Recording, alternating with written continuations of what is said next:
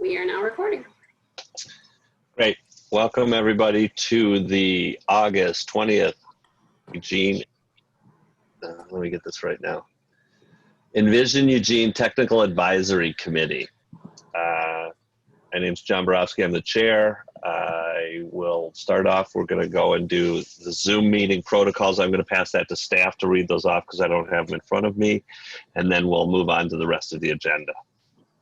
All right, I will share my screen.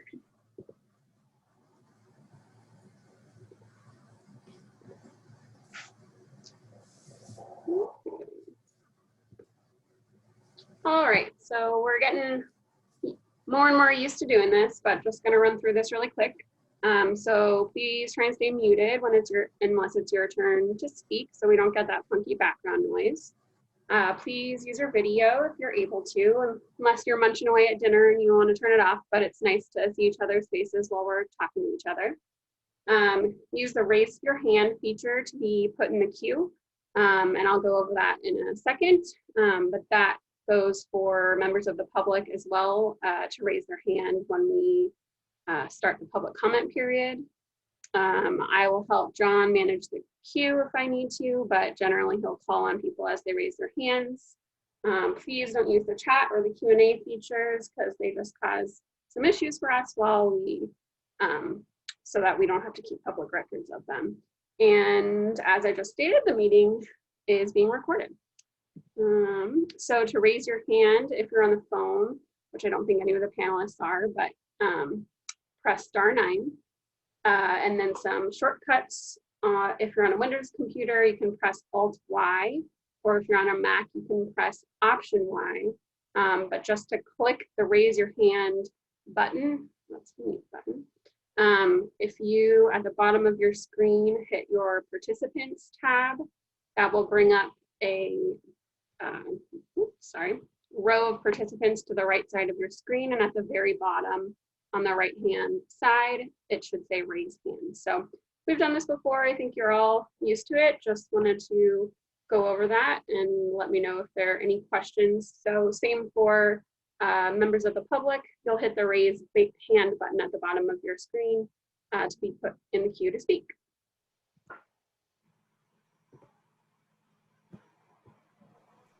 Great, thank you. Does anybody have any questions about the protocols? All right, seeing none, we will move on to the next, which is agenda review. Does anybody have any additions or adjustments to the agenda at this?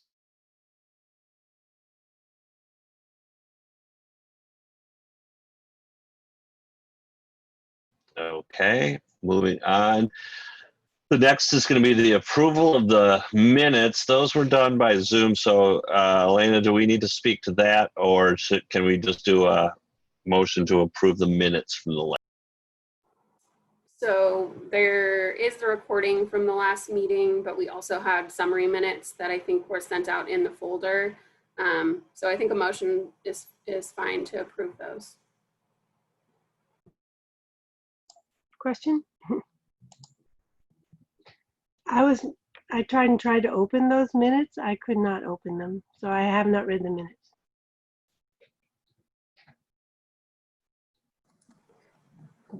Did anyone else have that problem? I did not have any trouble opening the minutes, but I did have trouble with the links in the minutes. None of them worked. So I couldn't check, where it referred to the recorded meeting, I think. Well, we could hold off and make sure that those links are working and then resend it out and approve them at the next meeting. I think that's not a problem. If people want. Okay, I'm assuming they do work or they will work. So I'm not too concerned about not approving. It's just more a matter of it'd be nice if they did work. Yeah. I'm putting in the chat the message I got when I tried to open them. Don't use the chat because of public records. So, all done.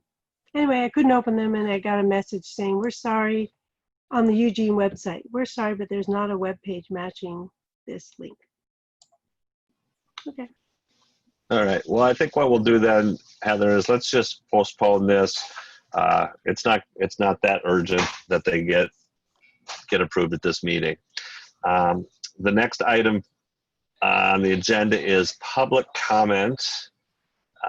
Is there anybody of the attendees that would like to speak with us? If so, raise your hand. I think Brittany is the only member of the public on right now, and she does not have her hand raised. Okay. Seeing that is checked off, then let's move on to item number 2, which is EETAC representation. This has to go from follow-up from last meeting. I wasn't part of that discussion last time. I ended up having to come to the meeting late, so I will pass this off to whoever, Heather, or whoever would like to pick it up. Sure. So at the last meeting, we talked about that Tiffany is changing jobs. She's going to be, hi, Philip. She's going to be transitioning to LTD from the chamber, and we discussed that the bylaws actually allow for having a range of EETAC members between 13 and 15 because we thought about this scenario and how valuable it is for people to continue even if they change roles because of the technical nature of this committee. And so Tiffany does want to stay on. She also is a planning commissioner, Eugene planning commissioner. So there's good crossover there. So she's staying on. And we did meet with Brittany Quick-Warner with the chamber. Her plan is to fill Tiffany's position, but it's not going to happen for another couple months, or that they will have somebody on for another couple months. And so Brittany, as you know, is in attendance of this meeting. She's going to try to track these meetings so that when her replacement comes on, when Tiffany's replacement comes on, there's a smooth transition. We do need to follow up on, but do believe that we would be able to add additional representation if it's needed from the chamber. They do have interest in having somebody that is a chamber staff person sitting on the committee. And so we think that we can add that additional representation ahead of the normal boards and commissions recruitment, which is in the summer, but we're going to follow up on that and we can have further discussion about that here. But just wanted to kind of let you know that there is interest from the chamber to have a staff person be on this committee. And, you know, we obviously identified that early on as being a valuable contribution. And it's just really helpful to have that one of our community partners on the committee. So that's just a little bit of follow-up, more to come. So just to speak to that a little bit. So right now, if I'm not mistaken, I am in the chair or sitting in the position that is from the planning commissioner's seat on this commission. I will be phasing out of the planning commission next June, and Tiffany is a planning commissioner. I intend to stay on this committee if it's the wish of the, I guess it's the city manager that appoints the people to this. So I'm thinking at that point, if Tiffany's put on right now as an at-large person, come next spring, we could swap that, or we could do that at this point now and put me on as an at-large and have Tiffany be the representation for the planning commission. As far as the chamber goes, I've also had a conversation with Brittany.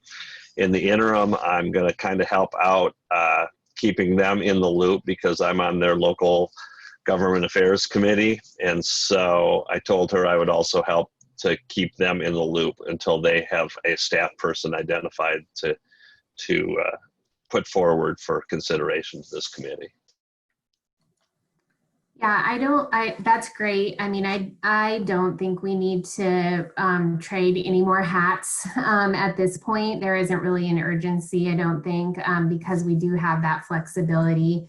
At the time that any of the planning, any of the commission representation folks go off their commissions or boards, we're going to have the same kind of conversation. So I would suggest that we just hold off on that, because the other thing is you never know what's going to happen at that point. Maybe Tiffany isn't on the planning commission anymore. Maybe she decides she doesn't want to do that. I'm not saying that, but you know, it's a ways away. And given everything that's been going on, I have a hard time knowing what's happening next month, much less by next summer. So I would just suggest we kind of hold tight. You're the planning commission rep, and we'll just hold tight on that until there's a need to readdress it. But do we need to appoint Tiffany As at large? Yeah. You know, the bylaws don't say that when somebody changes hats, you have to reappoint them as a different role. You know, the boards and commissions are the specific representations from the boards, commissions, and the city council are the ones that are specifically called out. And Tiffany was not actually representing a board or commission, even though she's on the planning commission, which is great. A lot of you wear multiple hats. So I don't think that we need to do that formally. Yeah, great. Okay, any other discussion on this item? Okay, then we'll move on to item number 3, urban reserves updates, and that would be Rebecca and Sophie. Yeah, thank you. I'm going to let Sophie update you on our survey results, because last time we were here, they were preliminary and our virtual open house closed. And we shared that results with other folks. So we're going to share that with you. I'm going to also give you an update on what the Lane County and Eugene Planning Commission recommended this month. Before I do that, I want to introduce you to a new staff. Well, she's not new, but Zoe Godden-Dalton is with us tonight, and she has been working with us since the winter when she was still a student, part-time, working on our parcel-specific plan diagram and growth monitoring. She has since graduated, and she's now working with us full-time, and she will be starting as a planning analyst on Monday in a similar role as Audrey started out in when she started working with us on urban reserves planning. And so we're super excited to have kept Zoe with us. She's been doing great work. She's super smart, and we're excited to have her on our team, and you'll be seeing her face more, but I just wanted her to be able to wave and say hello and say welcome. Hello, thank you, Rebecca. We're excited to be attending EETAC. She's been secretly attending and listening in for a while now. But. I sat in as a student, I think on one meeting, and then I've listened to some recordings. But yeah, so, thank you. Yes, thank you. You can go back to multitasking, and you don't have to stay on camera. Not yet, anyway. So Sophie is going to, like I just said, Sophie's going to share with you our survey results, and then I will do a quick urban reserves update.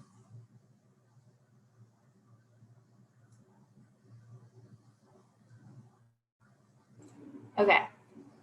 So I already shared this with you all before when we had preliminary results, but the final results of our outreach, we had over 1,300 people attend our open house, which means that they engaged with our materials and clicked through, which is amazing. We're really excited about that number. And then we had 210 people take our survey.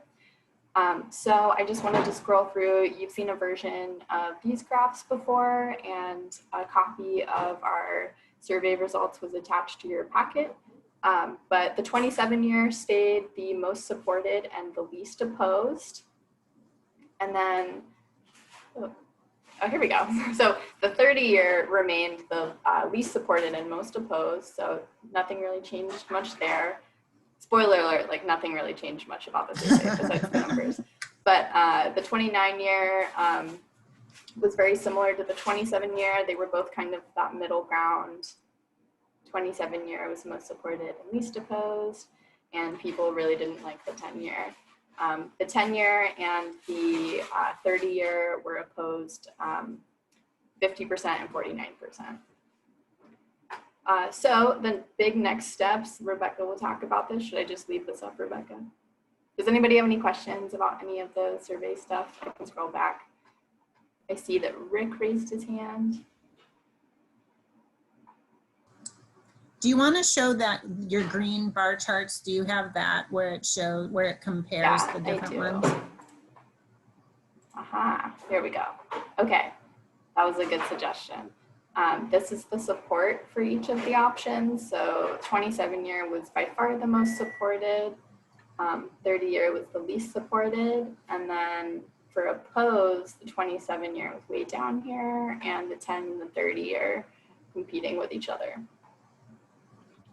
Rick, you have your hand up? I do. A couple of 3 or 4 questions.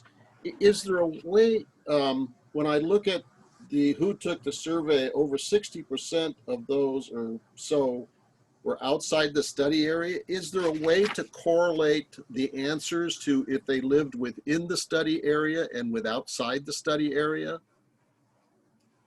I could go in and look at that. I do have the codified version. So if you'd like that answer, I can do that within the next week and get back to you. That'd be great, because my concern with what we're getting, because the numbers of respondents were so small, 1/10 of 1%, that I'm afraid the results could be skewed if those outside, and I'm just saying, I don't know if this is true, that's why I'm asking the question. If those outside were those who don't want to see any growth at all in Eugene and basically loaded the responses so that we really don't have a true picture, if mainly those outside were the ones that opposed it over and over and over, didn't matter what it was. Let's say that those inside that either own property or live inside really responded very favorably to 1 or 2 of them. That would be, I think, very good information for us to be able to pass on, because I'm a little concerned about one of the comments where you put, although the survey is not statistically valid, that's very true. However, they do provide a snapshot of the community's perspective. I have a concern about that comment because it gives these charts validity. And if somebody only looks at the charts, I don't think they could get a real picture, given that there's only 210 respondents out of roughly a population I'm gathering of over 200,000 people when you take in Eugene and the areas that we're studying. I'd love to have some other comments on my thoughts on that. Evan, you had your hand up? Yeah, my question is perhaps a little broader than Rick's, but I was wondering if the planning department had any metrics about community involvement in general for these efforts. Some of you have been doing this for years and years, and it would be interesting to know how these numbers compare, so that if there's pushback or if there are questions, you can say this response is actually really good compared to all these other efforts we've done. Or as Rick mentioned, this isn't a very large, 200 respondents is great, but it's not a very big percentage of the overall population. So I was just wondering, I'm still consider myself relatively new to Eugene. You know, and my first experience in 2015, I guess it was 2014, was the South Willamette project, and it seemed like there'd been a lot of community input there. before it kind of ground down to a stop, unfortunately. So I'm just wondering if there are some metrics. And I was thinking about it after I read the material, and I wish I could give a more precise request. But those of you that have been involved with this stuff here much longer might have a better sense of if that's even possible to compare an effort like this to other efforts. Yeah, I mean, I can speak to that a little bit. It's, some people think the purpose of public engagement is to hear from everyone. And I personally think the purpose of public engagement is to give the most number of people the opportunity to participate as possible. So our purpose is to give people the information and get it to them and hope that we hear from a broad array of folks. We can't force folks to participate. And a lot of times people don't participate until it gets down to the end where it's really scary and there's a lot of information that may potentially directly impact them. So I've done public outreach, from like neighborhood parks to vision plans. And I think it's really important to note that this is not statistically significant. And we didn't send it out in a way that was just, I'm having a hard time talking, statistically significant, statistically valid. But we did cast a wide net, as we shared with you. And so we're really pleased that 1,300 people visited our page and clicked on our material. We don't know what they did when they looked at it. We don't know how much of it they read, but we know that they came and had the opportunity to look at it and opened the page. And then only 210 did the survey. But the survey, you have to actually dig into the material to be able to answer the survey. We requested of people that they review the story, the option story map first, because they had to have a good information about the options before completing the survey. They may not have, they may have clicked that they don't support all 4 of them, but a really high number of folks actually gave us comments too. I can't remember what that statistic is, but I think that was indicative of the fact that they weren't just doing it for the incentive. We provided an incentive, a grocery gift card for folks to participate to get a broad range of folks, but we got a lot of comments, both pro and con. So I thought, oh, that's good. They aren't just clicking buttons so that they can be, in the pool for their gift card. So I don't have specific, my knowledge with Eugene isn't that deep. We have gone out to our study area folks. We've mailed 6 postcards to them now. So, and they're all sort of branded the same. So people hopefully know about urban reserves and have an idea of how to get that information now. So I feel pretty good about saying that this is a snapshot of public input that we've gotten. It's not the entire community. Maybe we could word that more precisely. I think for something like the UGB expansion, which went on for many more years, there was much more engagement over the length of that process. And maybe Heather can talk more about that. But I think it's really hard to compare. A lot of that was neighbors coming out at the end when we had specific areas that we were recommending and people who were concerned about those specific areas. And we honestly have not had that groundswell of organized opposition to urban reserves yet. So that might up our numbers later on. I saw Phil with his hand raised. Yeah, just a quick question. So of the about a third of the people that responded were within the study area or on property there, and the rest outside. But did you get a whole lot of duplicate, or you could figure out sort of if they were original, or somebody trying to get the gift card answered four times? Yeah, they weren't allowed to do that. That's also a bit of a barrier to participating, is that you had to register and give us your email address. And in so doing, you could only fill out the survey once. I also wanted to add, I think urban reserves, because it is so far out in the future, and this is all speculative, it's so far out in the future and it is so detail oriented, and it's not this visioning exercise. It's not like, what do you want in your neighborhood, or like something that's happening right now. It's like, this is like 30 years out from our 20-year project with our UGB. So even for me, like, it's hard to think about something that's going to happen when I'm 75. It's hard to grasp. And a lot of folks that we heard from in our January open houses that were property owners or residents within the study area were like, oh, like, that just doesn't even matter to me. That's so far out. So we made sure that we got from a lot of people, but there were 1,100 people that visited our site and was like, they decided not to take the survey. And I think it's because it's so heavy and it's so much data to read through, really amazingly put together data, thanks to Thea.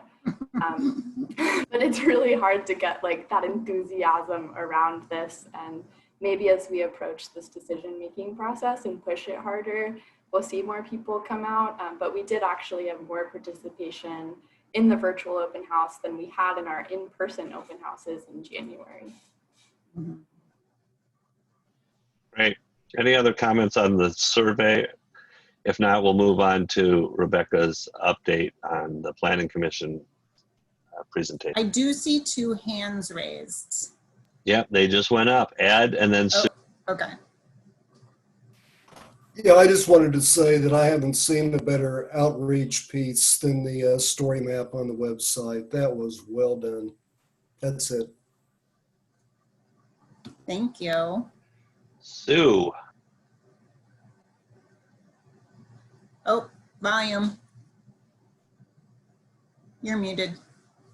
Sue, you are muted. Okay. I looked at the numbers of people and I was actually really pleasantly surprised, because I started to think about all of the events that have been held over the last, I'm thinking back to the neighborhood incompatibility standards testing, thinking back like 12 or 13 years ago.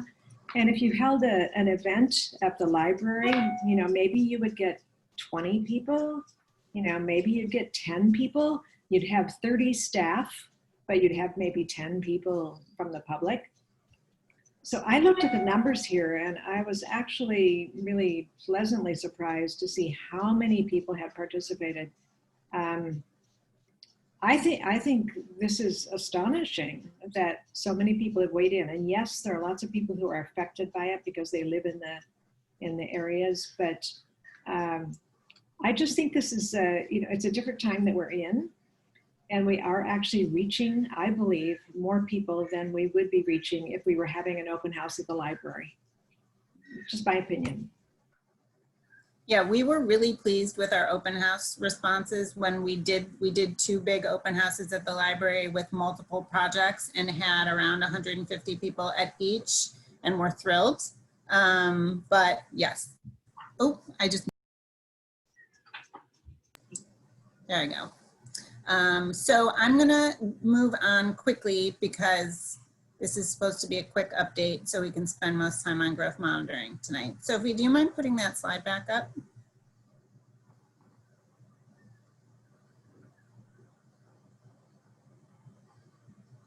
So we spent a lot of August talking with our 2 planning commissions. This is from, as you can see here, this is stolen from the Lane County Planning Commission meeting on August 4th. We went to the Eugene Planning Commission on August 3rd, and then Lane County on August 4th, and then we went back to both planning commissions on August 17th and August 18th. and where both planning commissions made recommendations to their decision-making bodies on urban reserves options. The Eugene Planning Commission voted 7-0 to recommend the 27-year option. There was a lot of good discussion. We had 2 EETAC members representing the conversation and the recommendation from the EETAC. Personally, I think that held a lot of weight. And there was, we gave folks the option of ranking all of the options and giving us input that way, but because they had a unanimous recommendation, they weren't interested in doing that, and that was just fine by us. And then the following night, just this past Tuesday, this week, we went back to the Lane County Planning Commission, and they ended up voting 5-3 to recommend the 30-year option with a caveat. And I'm going to read it to you because it's very precise. So their motion, which was put forward by Randy Leddick, who used to be a Eugene Planning Commissioner, and he actually put it forward at the first meeting and it got voted down. And then he put it forward again at the second meeting and he was persuasive enough, and it passed 5-3. So the motion is a 30-year option with a plan policy requiring the Class 1 and Class 2 farmland in the Aubrey sub-area to be the last of the urban reserve land to be considered for expansion of Eugene's urban growth boundary. So in essence, that Class 1 and Class 2 farmland in the Aubrey sub-area pretty much, not fully, looks like the 27-year option. Randy was not comfortable. The 27-year option got voted down at the first meeting. He felt, I mean, I hope I'm not mischaracterizing it, but my understanding is that he felt like looking the farthest out was the appropriate way to go, but that this prime farmland was important and should not be urbanized unless it was absolutely necessary. So that's why it should be considered last. He checked in with us on whether this would fly in terms of be allowed by the state. Emily thought it likely would. It's really too early to know for sure. She hasn't done, no one else has a urban reserve on the books like this. So, so she gave him her sort of semi-informal legal advice, and they moved forward this recommendation. 30-year option with a planned policy requiring the Class 1 and Class 2 soil, properties with Class 1 and Class 2 soil in the Aubrey sub-area to be considered last when considering an expansion of Eugene's urban growth boundary. So that's what we are putting forward as the County Planning Commission's recommendation to the Board of Commissioners. We have that joint meeting on September 21st with the City Council and the Board of Commissioners. And then this actually has been updated.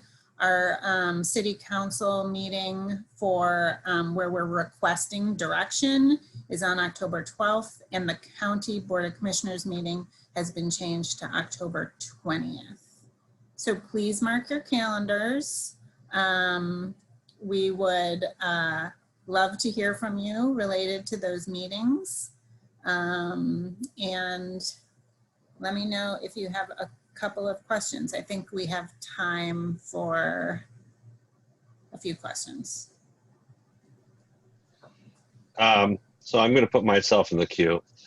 I'm not real clear about how you can put in a, what did you call it? A plan policy What was Yeah. the wording that he had?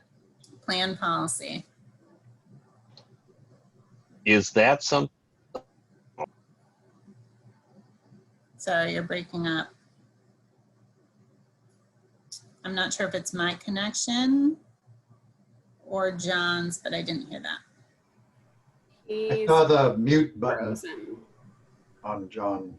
Oh, Am I back? you're back. Okay, sorry about that. One is we're not putting forward a plan. We're putting forward urban reserves, which is Yeah. a state mandated and statuized thing. So I don't know if we can put a policy into an urban reserves thing. That's one question.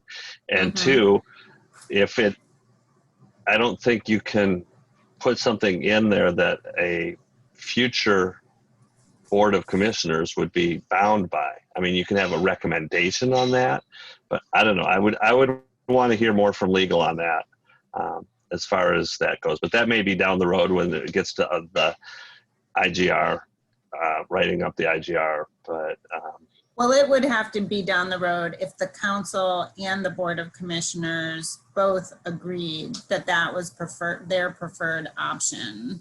We're gonna try to do a little bit of hunting, a little bit more research on that question before the meeting on the 21st, but don't know that we'll have any more answers. okay, thank you. Yeah. Mm-hmm. Anybody else have any questions or comments for Rebecca? I would like to just add that Mark Reed testified at the Lane County Planning Commission meeting, which was great. It was good to hear from him. I think if any members of the EETAC are interested in testifying at those upcoming meetings, their voices would be welcome.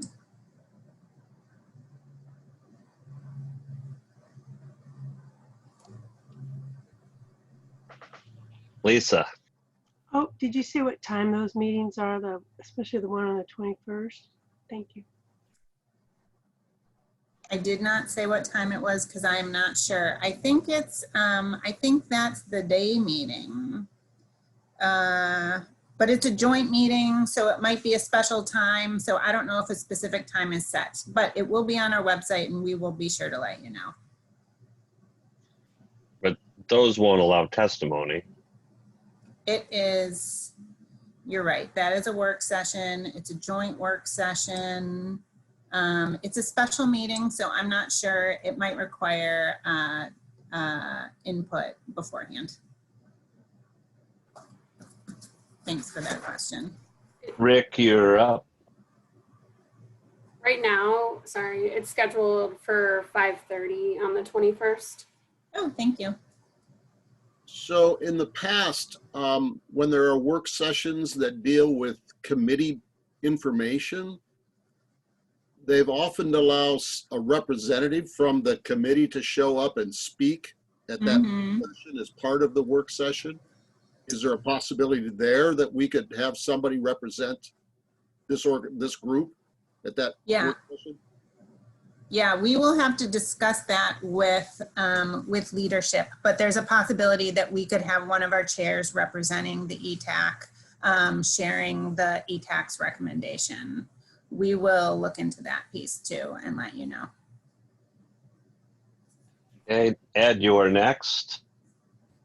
Yeah, Rebecca, you mentioned testifying at some of these meetings, and I'm going back to our bylaws and everything and wondering what the restrictions are. I believe there was something about testifying in support of the majority of the committee, or I'd just like to get a little bit of review on that because I wouldn't mind doing some testifying.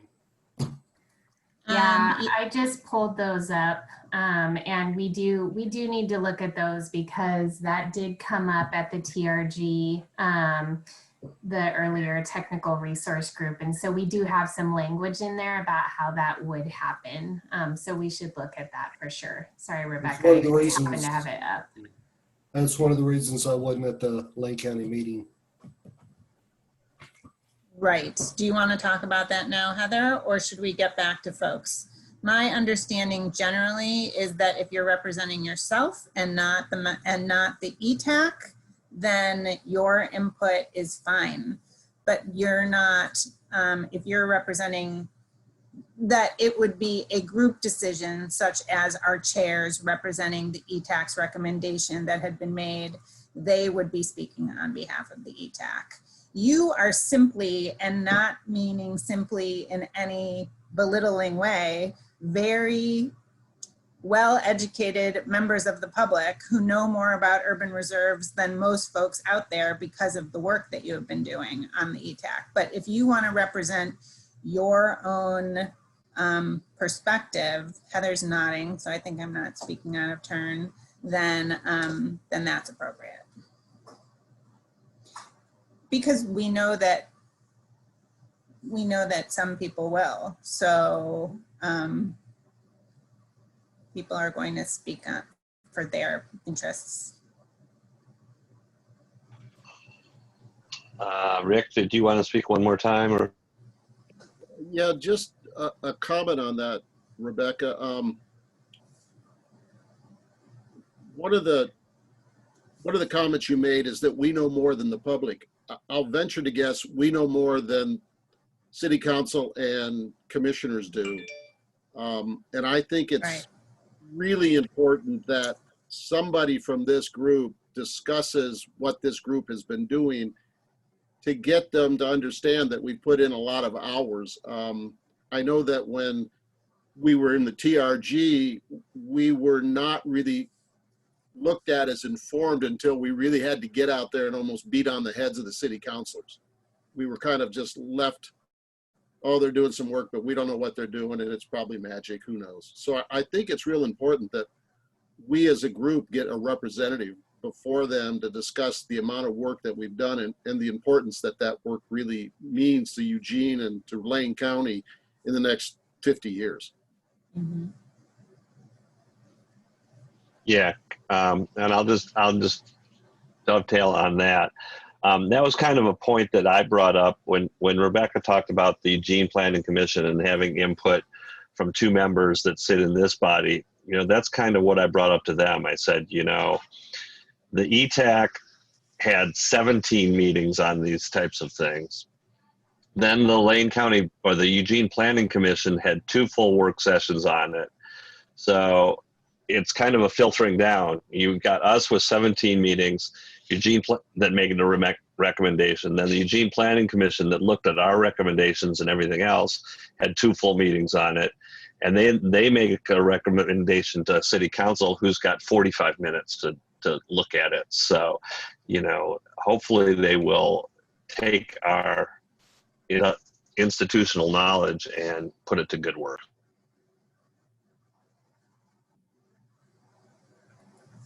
Okay, anybody else on this before we move on? Heather.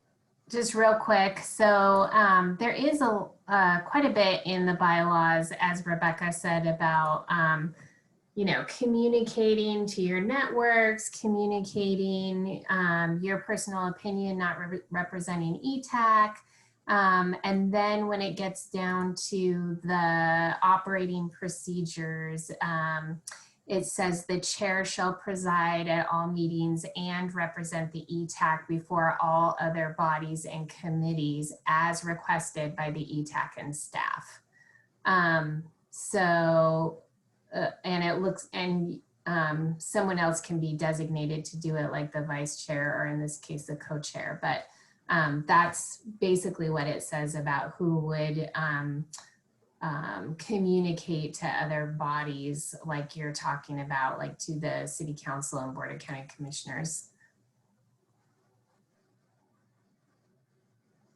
Was the exact learning or wording as requested by the EETAC or staff? Yes, as requested by the EETAC and staff.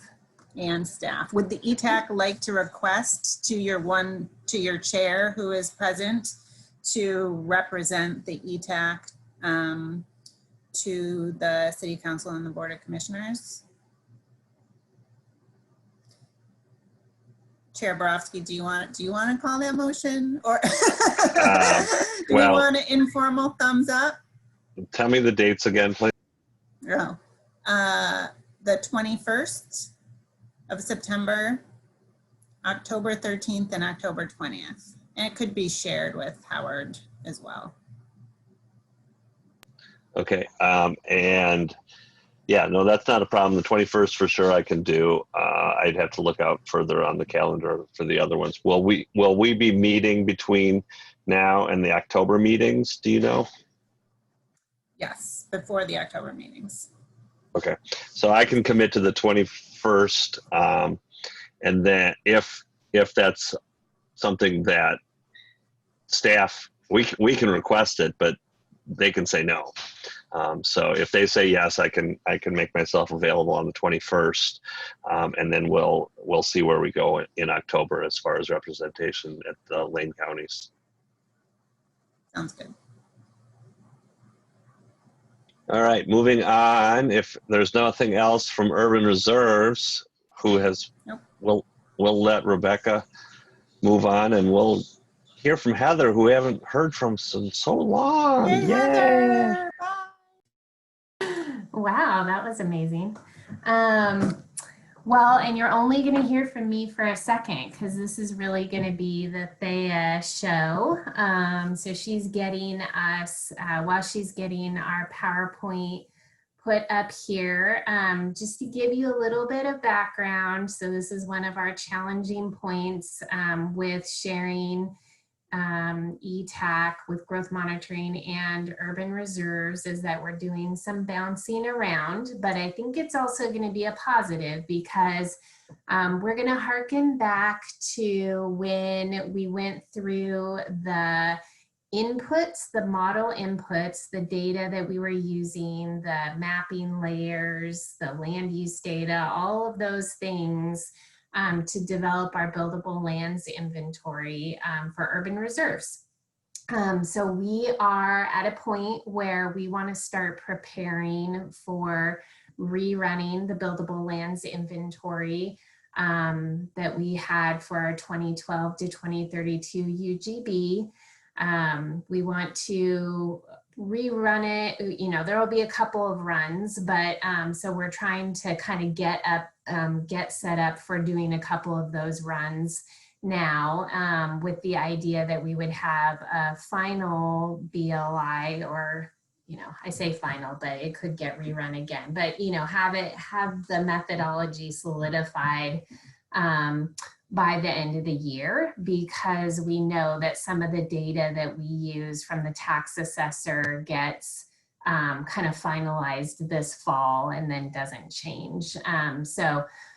And then it also lines up with the idea of having our BLIs and our building permit data, which is closely related, be pulled together roughly around the same time. Both of those data sets we can also update early next year, but you can see kind of the target that I'm shooting for is having building permit data and a new buildable lands inventory around the end of the year or the beginning of next year. And this is again, in preparation. This is part of our preparation for the comprehensive report that will go to council. So what we want to do today, if you can go to the next slide, Thea, is talk a little bit, basically run through, have an initial conversation about what our data inputs are going to be for rerunning the buildable lands inventory. Uh-oh. Thea, can you go to the next slide? Is it not doing it? It is on my screen, is it not on everyone else's? Oh, it's not on mine. How about everybody else? Let me stop and then re-share. Okay.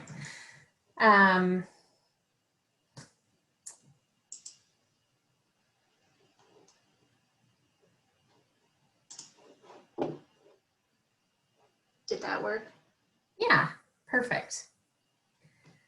So as you may recall, when we started this conversation with urban reserves, we had the goal generally of using the same methodology, the same types of data, the same data inputs that we used when we did the urban growth boundary. And that's to try to do the apples to apples methodologies, just like we did apples to apples assumptions, except for where we couldn't because of the Oregon revised statutes and the Oregon administrative rules that implement those statutes.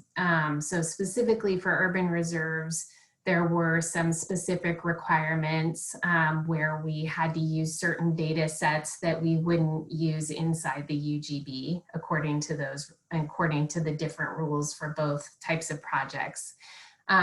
Also, some things to keep in mind. So you've got different sets of rules. You've got different data sets in the county than you do in the city. So while you have that background from urban reserves, this is going to be a little bit different because, like I said, we're looking at different rules. We've got different data sets.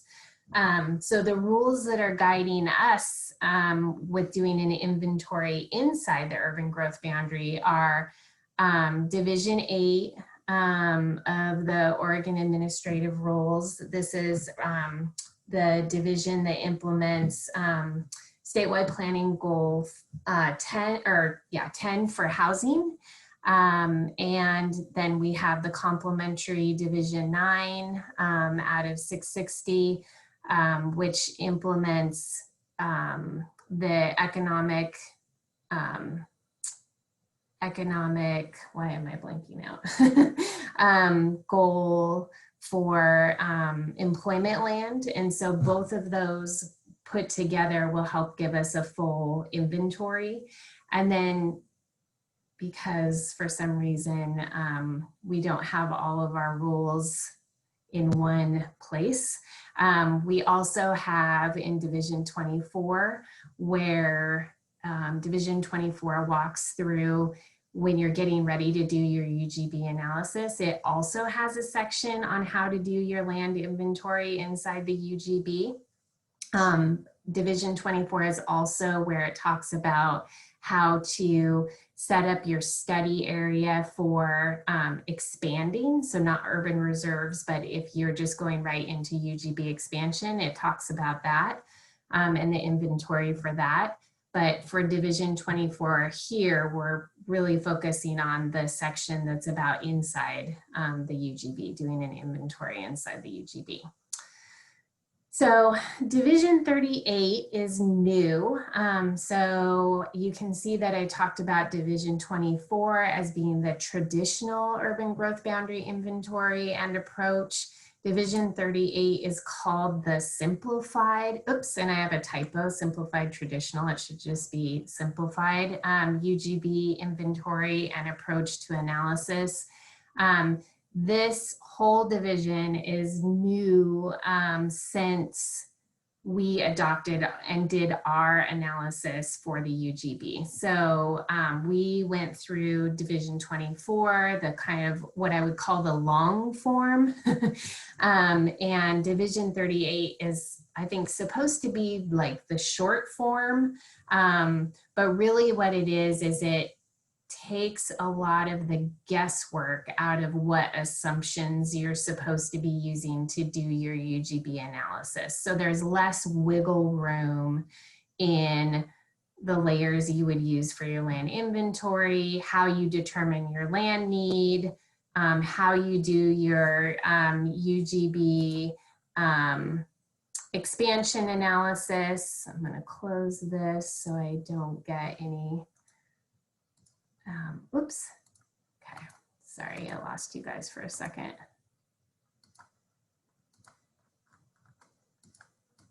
Oh no.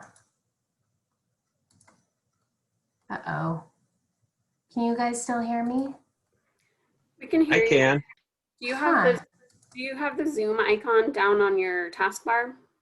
Yeah. Click. What happens when you click that? I am, and it's not. Okay, there we go. I've been having computer issues all day. I probably caused that myself, so sorry. Anyway, so long story short is that Division 38 is another option for us to go when we relook at our UGB. Right now, what we're doing is we're doing a monitoring report. So we really want to try to say, you know, these are the methodologies we used in our UGB analysis in 2017. If we use generally those same methods, what does our buildable lands inventory look like? We don't really want to just go right into Division 38 because then we wouldn't be doing an apples to apples comparison. So the way I'm thinking about it is, like I said, we do the land inventory so that it matches how we did it before. And then when we give the monitoring report to council and it says whatever it says, if they direct us to start the process, the UGB analysis process again, then we can have a conversation, and we'll have the conversation at this group about, do we go the traditional approach or do we go the simplified approach? So I just wanted to make sure folks knew that was out there and that I'm planning to have that conversation, but I think it's better for it to happen later because otherwise it's just going to get really confusing. And then Division 21 is the urban reserves division that a lot of the buildable lands inventory for urban reserves, that's where some of those rules are at. So with that, I'm going to turn it over to Thea. Thanks, Heather. So to take a few steps back, what is a buildable lands inventory? And I'm sure that you all remember this wonderfully from urban reserves, but first, the buildable lands inventory determines the supply of buildable land within Eugene's urban growth boundary by classifying all of the land into 5 general categories. So committed for public use, protected for natural resources or due to natural hazards, developed land, partially vacant land, and then undeveloped or vacant land. And then the second step is to estimate the residential and employment capacity on the buildable lands. So in this presentation, we're going to stick just to the supply side of, so that first component, and we're going to dive into the inputs for both committed land and protected land and how they differ. So what we're going to do is compare the 2012 to 2032 buildable lands inventory, which was the most recent one that has been conducted, and it was done between August 2012 and May of 2013. And then we're going to talk about the next buildable lands inventory, which will be run late this year or early next year. And in between buildable lands inventory model runs, the monitoring program will track building permits in real time. And we have it scheduled for there to be a buildable lands inventory run every 5 years. So first we'll go over the committed land and the inputs for that into both the 2012 to 2032 buildable lands inventory and the upcoming BLI. So this is basically the same as it was for urban reserves. So what we consider to be committed land for public use is city, county, and state, and also federal property, parks and park easements, school district property, cemeteries, public utility property, including BPA easements, and transportation right-of-ways for both streets and rail. And you may remember this snapshot from an ETAC meeting that we had several months ago where we dove into some of the committed lands and how they compare to what we had from the 2012-2032 BLI to December of last year. So that story map is a good frame of reference. If you're looking for more information about the committed lands, you can refer back to that. But in general, what matters is that there is a difference in source data that we used. So in the 2012-2032 BLI, we had LCOG's land use data, which we used to identify transportation rights of way. And then for the for non-transportation rights of way, the tax exemption status from the assessor database was used. Moving forward, we will not be able to use that land use data set for the upcoming BLI because it hasn't been updated since 2012. What we're going to do instead is to use what we call mythical lots from the regional tax lot layer. And we're going to use those to identify transportation rights of way for both rail and for roads. It also identifies other lots where there's no true owner, such as bodies of water. And then similar to the last BLI, we'll use the exemption status from the assessor database, and we'll also add in the owner of the tax lot to help clear up some issues that we have noticed in the past where an exemption status may be in flux. It may be in the process of applying for them, but it may be owned by a public entity. So that will help us get a clearer picture of that moving forward. That wraps up committed data, and feel free to jump in or raise your hand if anyone has questions. I can't actually see if anyone's hand is raised. I've got Ed's hand raised. Okay. Quick question. I thought in the 2012 to 2032 church property was also committed or not included. I don't see that covered in this.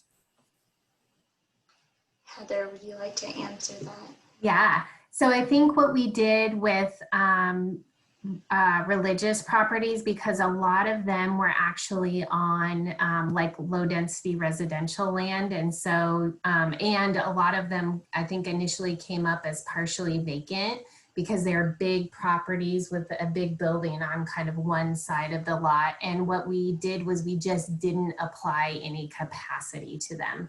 So while we didn't categorize them as committed, the effect was that we considered them committed because we didn't think that they had any capacity for housing or jobs. There was a demand identified for semi-public uses like religious institutions. And what we said was there's enough partially vacant land out there that we're just going to assume, partially vacant land that is religiously owned, we're just going to assume that any additional need, because that was actually kind of a pattern we were seeing, would be taken up on those lands. Kevin, you have your hand raised. Yeah, so in the 5 categories, I was wondering if there needs to be another one going forward. Looking at basically underutilized land. There may be land that's not vacant. Let's just say, as an example, along West 11th Street, where there's great infrastructure, and there's a Butler building, a metal, light industrial building. That's considered unavailable because it's developed. It's not partially vacant because it may use up most of the site, but it's egregiously underutilized. Is that possible to consider another category, which would be underutilized there may be some really sticky evaluation kind of issues there, but it seems that going forward, we're going to be needing to look at land utilization. So we did do that in the UGB in a couple of different ways in the UGB analysis. So just because land was identified as developed doesn't mean that we didn't assume capacity on some portion of our developed land. And we did that in a couple of different ways. The first one was that, and really this kind of gets into the capacity part of the analysis, not the BLI. Because what we want to do is say, okay, we've identified what's developed and what clearly has a partially vacant portion of property on the land and what's vacant, right? So those categories are clear. And then the next step is to say, what is the capacity on that land? And just because it's developed doesn't mean that there's no capacity on it. So we looked at existing built space, which is kind of what you're talking about. And we assumed that all of the jobs that we lost in the 2006 recession would actually go back into existing buildings. So that was thousands of jobs.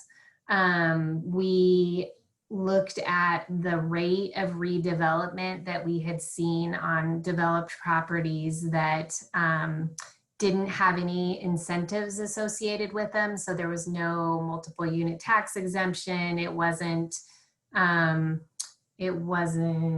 what would be another example? Any sort of like financial or code incentive. We didn't give any of that. And the baseline rate of redevelopment was pretty small, but we did factor that in.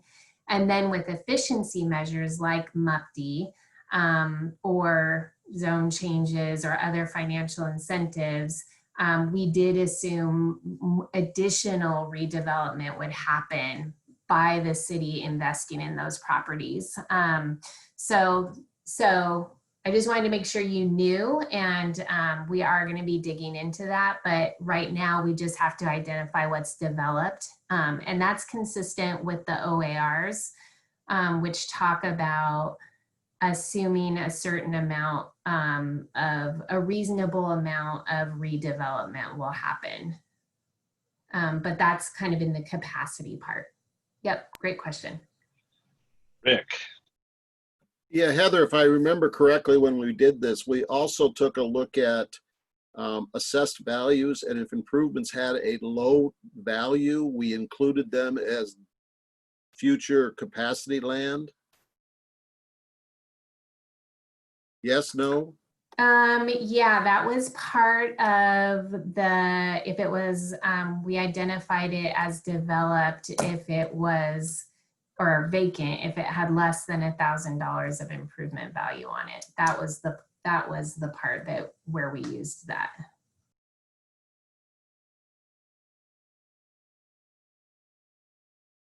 Okay, there you can keep going. Okay. So now we're going to dive into the inputs that we're using to determine protected land and identify that within the urban growth boundary. The first one is flood data, and FEMA floodways are classified as protected both in the most recent BLI and the upcoming BLI. However, special flood hazard areas, also known as the 100-year floodplain, are not considered protected land within the urban growth boundary. This is because Eugene Code allows development with mitigation within those areas. So that's just a notable difference from urban reserves. But we are going to include that information in the model so that it could potentially be used as a development constraint when we're talking about policy decisions. And we will be using the 1999 FEMA data in the upcoming BLI because the new preliminary data that you all have reviewed will not become effective until spring of 2022. And the BLI is supposed to represent a snapshot in time. And when we run the BLI, the 1999 data will be the effective data at that time point. Next up, we have repairing corridors. So the Yeah, can you hold on just for a second? I have a question on that, on the floodplains. So I know that we're looking to go apples to apples here, and this may go back to what Heather presented to us in the beginning as far as which plan we want to use going forward. But this was something that Phil brought up a lot during urban reserves, and we're using oranges and apples between inside the UGB and urban reserves. And so for this. I know, but this and maybe landslides as well.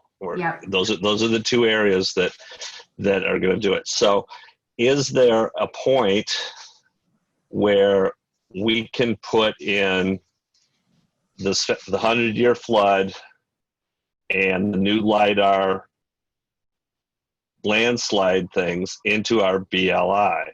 Because we're saying it's okay to use it if we're looking at lands outside our UGB, but it's not okay to use it when we're looking at lands inside our UGB.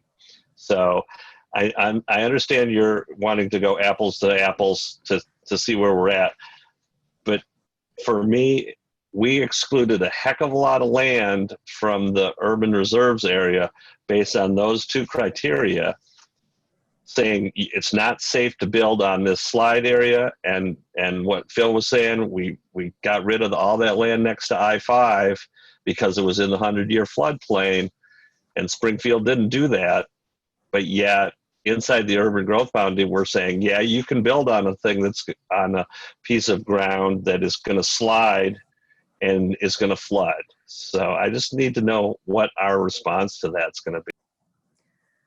So Thea can talk a little bit about how it will go in, it can go into the model, because she mentioned that we'd still put it in the model, we just wouldn't call it protected. But I think, yeah, this is why we're calling it out, because it's really important to be clear about why we're doing different methodologies in these places. And if you think about inside the UGB, we regulate the land inside the UGB. Those regulations are applicable. We know what is going to happen with them.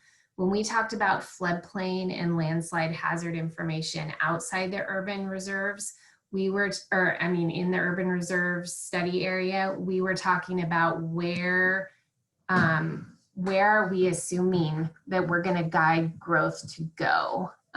So that's different, because we're assuming everything inside the UGB is developable. We're required to, by the OARs, to assume it's developable unless it's developed, redevelopment aside, protected by adopted regulations or committed to other public uses. With urban reserves, we were looking at, do we really want to plan for development in the floodplain and in landslide hazard areas? We have an opportunity to guide development as that area develops with different regulations.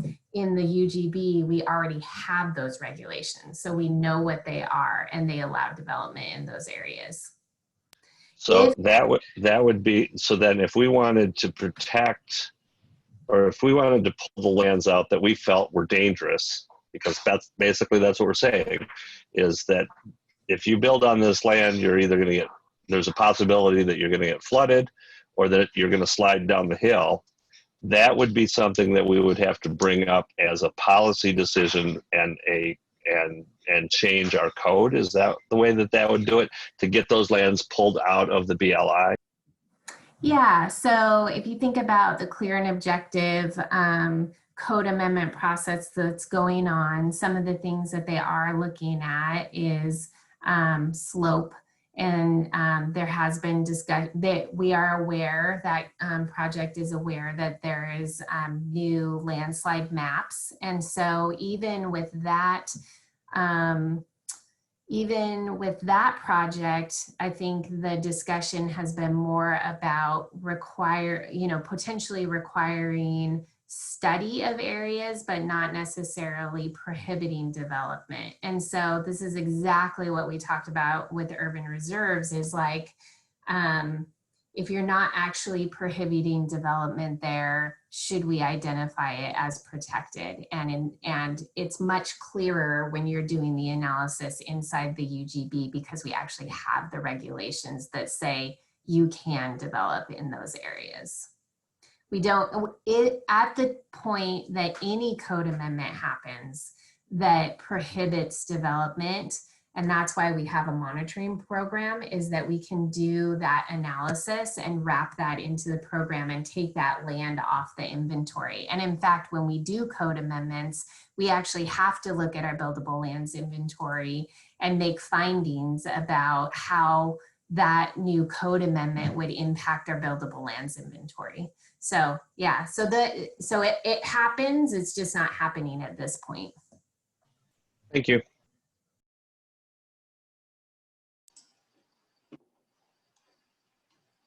Okay. All right, there you go. So moving on to riparian corridors, the adopted Eugene Goal 5 riparian corridors and their buffer areas around them are classified as protected both in the most recent BLI and in the upcoming BLI. However, there will be a difference in the source data. So riparian corridor top of bank estimates were traced from 1999 aerial imagery for the most recent BLI. However, we now have widely available LiDAR data, which you can see here, the new LiDAR data that we have is in yellow versus the old contour data from the 1999 is in blue on that snapshot. So you can see how those contours, which are used to draw the top of bank estimates, differ.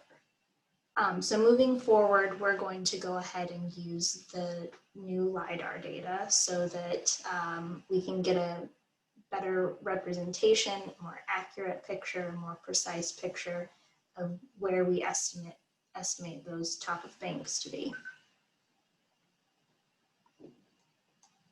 But the underlying methodology will not change between the two. That's important. Then for wetlands, we also consider the Eugene Significant Goal 5 adopted wetlands and the West Eugene wetlands that are designated as either protect or restore, along with their buffer areas around them, to be classified as protected in both the most recent BLI and the upcoming BLI. So there's no difference there in either the source data or the methodology for wetlands. And next we have water quality areas, which are shown on that map in the light blue.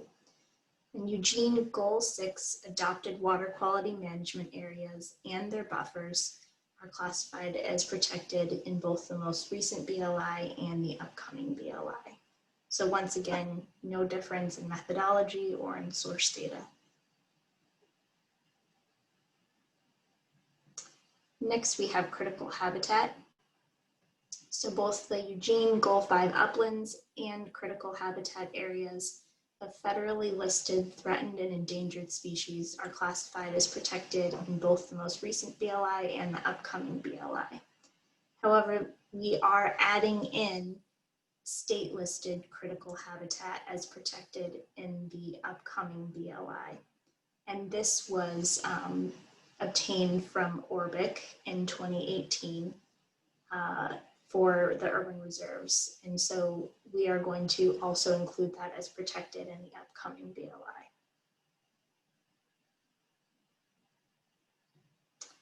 Next, we have natural resource areas. So all areas with a plan designation of natural resource or properties zoned as natural resource are classified as protected in both the most recent BLI and the upcoming BLI.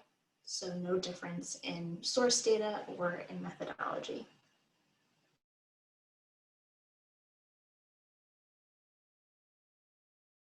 Resources, and all properties listed as either a city landmark on the National Register or listed as a primary ranked cultural resource are classified as protected in both the most recent and the upcoming BLI. So while there's no difference in the methodology or the source data, there may be new properties that have been listed as city landmarks or added to the National Register. Now we move on to everyone's favorite, steep slopes. So areas with slope values above these thresholds are classified as protected in both the most recent and the upcoming BLI. For industrial land, it's 15% slope. And you have gotten in your handouts, in your packet information, there's a typo on that where it says 5. So just note that it is 15. And then the threshold for both residential and commercial properties is 30%. However, there is a difference in source data. In the 2012 to 2032 BLI, we used 10-meter data from a digital elevation model. And in the upcoming BLI, we'll be using 3-foot LiDAR data. So the image on the right shows the difference in what those look like to the naked eye. So you can see here we've got Skinner Butte, and the image on the top is what it looks like when you use slope that has 1 value per 10 meter by 10 meter square of area. The image on the bottom shows what it looks like when you use LiDAR data, where 1 value represents a 3-foot by 3-foot block of land. So the difference is pretty stark. So there will be some difference in the precision that you see when we're calculating the slope. However, the actual threshold values for what's considered protected will not be changing.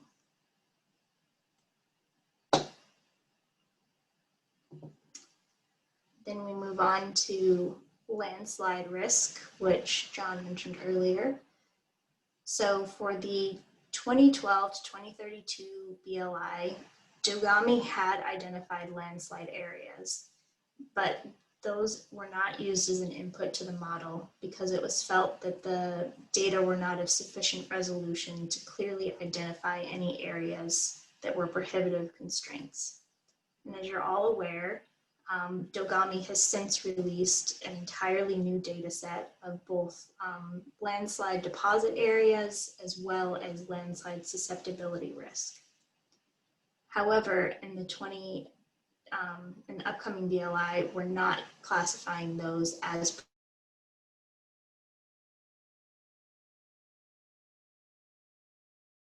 protected, as Heather mentioned. The new data, Goal 7 landslide data set for the city. So we will not be including that as a determination for protected land, but we will be including it in the model so that it could later be used if a policy decision were made. So Ed has his hand raised up. Oh. Yeah, thank you. I wanted to go back to slopes for just a moment. And Heather, correct me if I'm wrong, but doesn't state law say that anything over 25% slope is considered constrained? Yep, and so we will reassess this when we actually get our building permit data, but we used 30% during the 2012-2032 BLI because we actually saw development happen between 25 and 30%. And it's not a requirement that you, it says you may consider land that's over 25% slope prohibitive. So we were, because we had evidence that there was building happening between 25 and 30%, we moved it up to 30%. Gillespie Butte has developed during our monitoring period, and I'm pretty sure that that's got over 25% slopes. We'll double check that we see some development, but I'm kind of assuming that we're still going to be seeing some development between 25 and 30% slope. So it's not prohibitive here. Now, again, this is right now. And so when we actually do, if we get direction to reassess the urban growth boundary, we can relook at all of this. So this is just that, trying to do apples to apples. And again, we are looking at the current OARs as well. So we're not forcing apples to apples, but we're trying to generally do that so that we have a good comparison. And I also wanted to add one, does that clarify, Ed? Okay. I wanted to add something about, Thea's mentioned a couple of times with landslide risk and also with floodplain, when we're talking about going ahead and including it in the model for later policy decisions as a potential development constraint. You know, things I was thinking about were that if you start to have efficiency measure or compact development policy discussions, you might want to consider where your high landslide risk areas are as far as increasing density or something like that, you know, same with the floodplain. So we understand that people are interested in that, and there's good forward policy thinking about these things. It's just the way the OARs are written, because we don't have regulations prohibiting development in those areas, we don't call them protected, but it doesn't mean we can't consider it in later policy discussions about how we might change how we grow. So I just wanted to make sure you guys understood the difference between identifying it as protected versus going ahead and including it in the land model for other discussions later.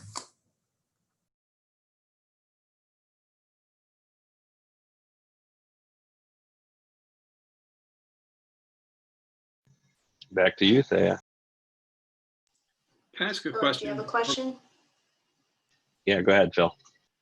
Yeah, I appreciate the example for the residential development above 25%. Are there any examples you can provide of commercial development above, say, even 20%, much less 25? Yeah, I would have to look back. Like I said, we're gonna look at this time and do an assessment to make sure we are still having development or have had development, but those numbers were based on looking at 2001 to 2009 development, I believe. So we do have examples of that. I don't know if we have recent examples, but. Of commercial development. That's my understanding. Yeah, because that's where they got, that was my understanding of how they figured out where those thresholds should be. I know, where is that commercial that's over? Yeah, we'll take a look at that. We'll take a look at all of them. And commercial was only 15%, it wasn't 25. I think that was industrial. Yeah, commercial and residential. You are correct.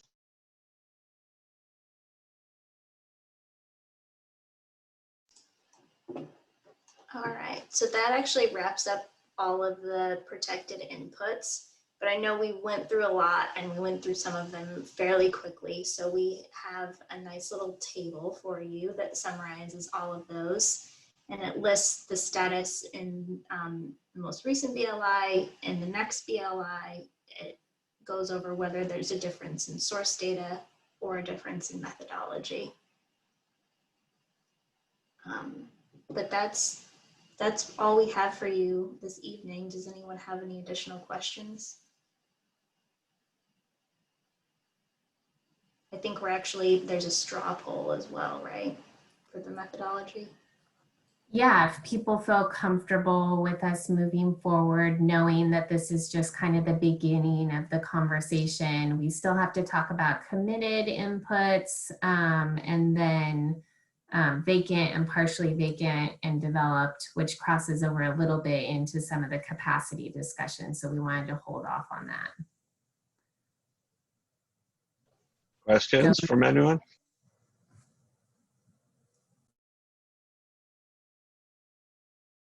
So I guess I have a question. So this all looks good for me as far as, you know, what data sets to use for it. At what point, when do you think you're going to start plugging in numbers, and when are we going to start seeing those types of monitoring numbers? Numbers in the capacity of the buildable lands. No, I guess no, just the start of monitoring numbers, you know. You've been plugging. You were here for all the census charts, right? You know, we've gone through the census data, and, you know, census data is interesting because it is really important and gives us context, but we actually only have a couple of census data points that we actually adopted, like vacancy rate, persons per household. It was a pretty small number. We've looked at population and we've compared where we are to the forecast and even have the new forecast in there. We've looked at employment growth rate, and all the employment sectors compared to what we adopted in Envision Eugene compared to what we're seeing now. So we have been doing that all along. The next step, part of the reason we wanted to get buildable lands inventory stuff going is because it takes some time for Thea to work on this. And we're still working on getting the building permit data from the new database. And so that we're still hoping is going to be this fall. It's probably going to be a little bit later in the fall than we had hoped. But we're getting so close. And so that when we bring that data back to you, it will be comparing things like the housing mix that we adopted compared to what we've seen over the last 8 years, densities, and we'll be showing you buildable lands impact data from the building permits, so that you can see it in the charts, but we're gonna rerun the buildable lands inventory. So, you know, the building permit impact data that we'll have is kind of that ability for us to go like this on an annual basis. How's it going? But rerunning the BLI is really the best way to know the status of our buildable lands inventory. So we're doing twofold there. And then once we kind of have all of our data sets, so we're just kind of marching through our data sets, we'll put them all together. And I've been, you know, kind of taking notes about what charts have been key for this group. And we'll put those all in a giant report that we're going to go back through so that you have the whole context instead of trying to review all these new charts for formatting, figuring out if we need new charts, and then also trying to make a decision about whether or not we're seeing a change in trend. That's going to happen when we can give you the full package of data and you can look at it all together. So that's still coming, and that should be, I mean, the building permit data is really important to have in that. And we can do it manually, but I'd really like to give you the data out of our new database system. So I'm really trying to push that and kind of use this time to work on the buildable lands inventory. So it's all coming. Yeah, I guess that was kind of, when I said numbers, I was pretty much talking, you know, the building permits, the three things that you just mentioned: the building permits, the density, and the housing mix. Because those were the dials that were most turnable, I guess, when they were coming to the policy decisions. One other thing is, and I'm not sure if it'll be in the type of data that you'll be collecting, but is there going to be some sort of metrics on how the efficiency measures that were put in, if there's any way of judging whether or not the efficiency measures that we put in are actually doing what we wanted to do? Is that one of the ones that we're also looking at? Yep, and that's part of the complication is that you have to get those data sets to link together. And so we've got a new data set or new database for building permit land use data, and it has to link to the buildable lands inventory and to incentive data, which is not all the same. Our efficiency measures were financial incentives, they were rezoning, they were brownfield assessments. I mean, you know, so we're trying to bring in all of these different data sets and tie them together so that we can give you a chart that says, how are our efficiency strategies doing? And you'll be happy to know I've been reviewing those charts for the past 6 weeks on just trying to get the data in there right. It's a big challenge, and our technical staff has been amazing. Thea has been amazing, but it is hard. But yes, that's the goal, is to synthesize all that into one chart that you can go, oh, hey, we're not getting what we thought we would get, or we're getting what we thought we would get. Great, thank you. Rick, you're up. Thank you. So Heather, one of the things I've noticed in my neighborhood over the last few years is, and it has to do with capacity of our lots, and I'm not sure when we did the TRG, we actually thought about this. Maybe we did, and I just don't remember. But I've noted that there's been a lot of removal of small, older homes and the development of 2 or 3 houses on the lot that was there. Are we going to capture that element so that we understand kind of how we're seeing an increased density and the capacity of these larger lots that I don't think we picked up on when we were doing the TRG work?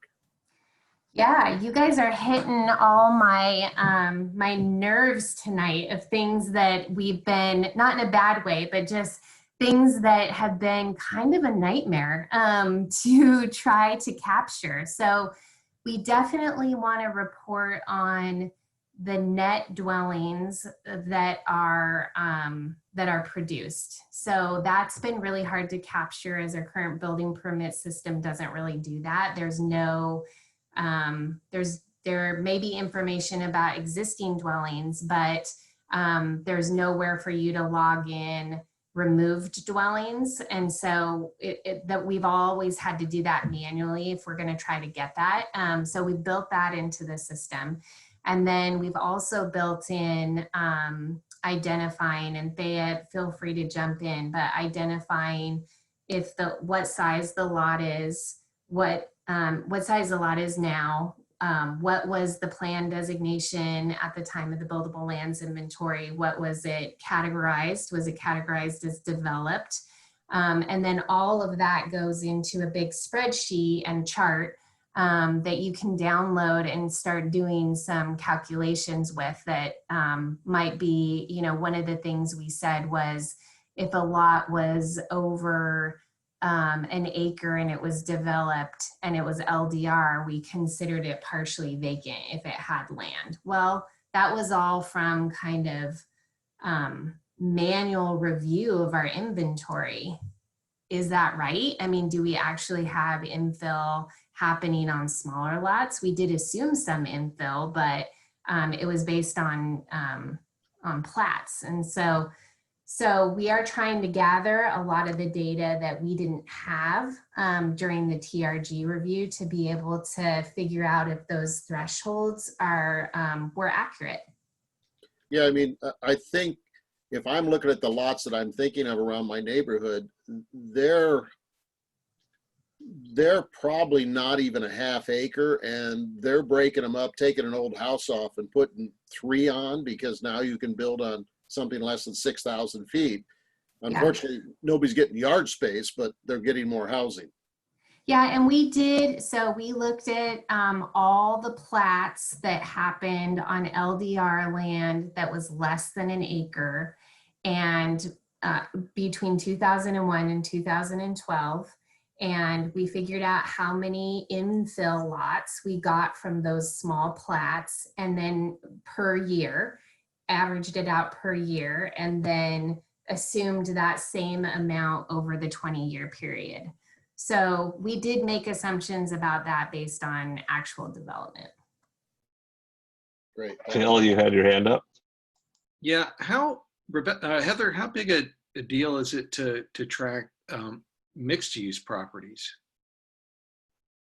I love it. You guys, I wish I could just show you my list of like problem child situations. You're just nailing all of them. So mixed use, just mixed use in general is not too bad. Vertical use is a challenge, especially when we're thinking about the impact of the buildable lands inventory, because we're tracking the uses on a lot, but you don't want to double count the acres that are developed on that lot, especially when they're stacked. And so those are some of the things that we're dealing with right now that are a big challenge. We're trying to automate it. You know, we don't want to have a ton of manual review at the end of every year, but it's pretty hard to do. So it's on our radar and we're trying to fix it. And we have a solution, but we're testing it right now to see if it's going to work. I've got one more question, and it goes to government lands. So if we've got government land, and I'll give you two examples. So the eWeb property right now is in government ownership. Is that put in is that excluded, or is that put in as part of buildable lands? And the other one would be the LCC building. So the LCC building was publicly owned. It just got bought by the Urban Renewal Agency. So are those in or out of the BLI? I'm going to talk about how we handle that in the old BL or in our current BLI, and then Thea can talk about the layers that we're using for committed moving forward. So we had a couple of situations like that where we had land that was publicly owned, and so it came up as committed in the buildable lands inventory, all publicly owned land. Even if the plan was for it to redevelop like eWeb with jobs and housing, or if it was, we were holding on to it as a affordable housing land bank site. So that has to go through a whole RFP process, and then we sell it after the development to the developer, right? And so, so we had to put back into the capacity analysis assumptions for those lands. They were separate line items, so we actually assumed a certain amount of dwellings would happen through land bank sites. So we just added that in as a line item. We didn't change the designation of the property, but we added its capacity back in. Same with eWeb. We actually identified that more as a land use efficiency measure because so many city resources have gone into developing that site. And so we looked at the master plan for that property and added that back in as a line item for 200 homes, I think it was, and I can't remember how many jobs, but we just added it back in. So we'll have to do that again, no doubt. And I can actually speak a little bit about how the process, the change will help us identify those properties more easily.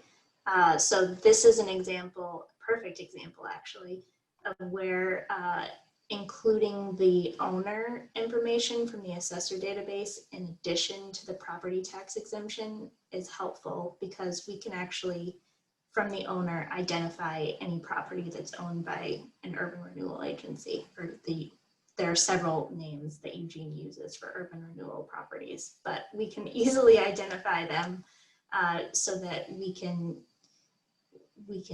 find those much faster and in a more systematic way. Great. Other questions or comments before we wrap this thing up?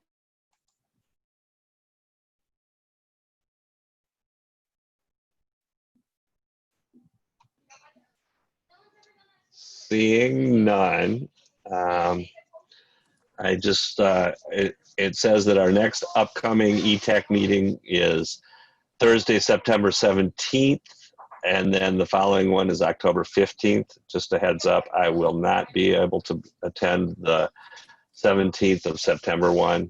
I'll go back and look at it afterwards, but I'm going to be away.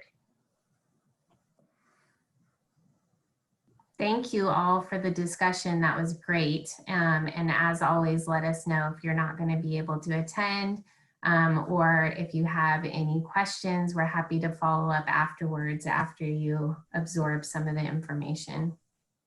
Great job by staff. Thank you. And Rebecca, if you would just touch base with me as far as the meeting on the 21st, whether or not they would want a representative to attend. If they don't, that's all. That's great. But if they would like it, I would be happy to lend the voice of the committee. Yes, I will touch base with you and get back to you on that, definitely. Thank you. Okay, if there's nothing else, I don't see anybody, we will adjourn. Thank you, everybody. Thanks, everyone.